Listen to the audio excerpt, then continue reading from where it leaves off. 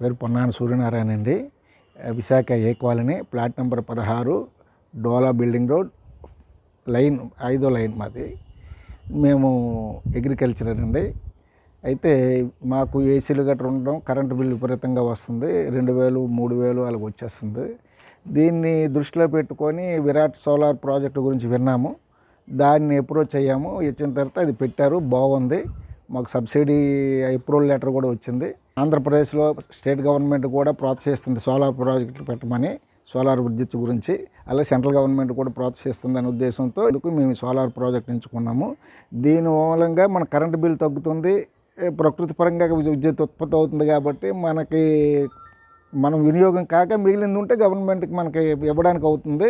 ఇలాగే అందరూ అప్రోచ్ అయితే కరెంటు ప్రాబ్లం ఉండకుండా ఉంటుంది అని నా అభిప్రాయం. సోలార్ ప్రాజెక్టు వల్ల మనకి విద్యుత్ వినియోగం వస్తుంది.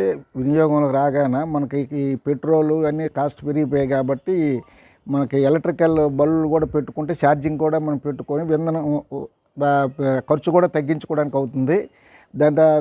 తద్వారా మనకి ఆదాయం పెరుగుతుంది. ఈ ఇంధన ఉత్పత్తి కూడా ప్రకృతి పరంగా మనకి చాలా ఉపయోగపడుతుంది. ఆరోగ్యపరంగా కూడా బాగుంటుంది. అందుకు ఇది పెట్టడం నాకు బాగానే అనిపించింది. ఇంకెవరైనా ఉంటే పెట్టుకోండి ఇలాంటిది. ఈ సోలార్ సిటీ ఏది వేస్తే బాగుంటుంది అనేది ఆలోచన చేసిన తర్వాత మేము విరాట్ మోడీ సోలార్ సిటీని అప్రోచ్ అయ్యాము. అది చిత్తరంజన్ వీధిలో ఉంది. వాళ్ళు వచ్చి వేసిన తర్వాత చాలా బాగుంది. అలాగే మా ఫ్రెండ్ సర్కిల్కి కూడా చెప్పాను, ఒకళ్ళిద్దరు వేశారు, బాగుందండి అని చెప్పారు. అందుకు బాగుంటుంది.